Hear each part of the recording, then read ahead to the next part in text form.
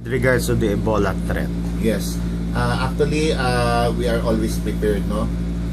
Even ever since meron na kami MERS-CoV and SARS,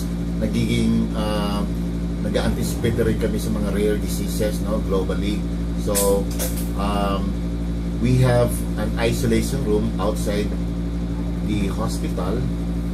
Unfortunately, it can only cater for patients. That's how medyo kami yung stricto kami sa pag-screen for patients to be admitted because we cannot accommodate more than 4. Okay. And you know what, ang confirmatory test will take us 3 days.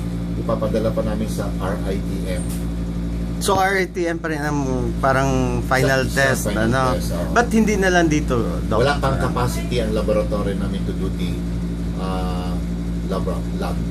Ano yung capacity ng isolation building, Doc? How yung internal global Okay, it's not really the World class? WHO standard, Okay. but according to WHO, it's nearer to the WHO standard. So anong kulang doon to achieve that WHO It has to be standard? yung negative pressure. Hindi naman kami negative pressure, no, for that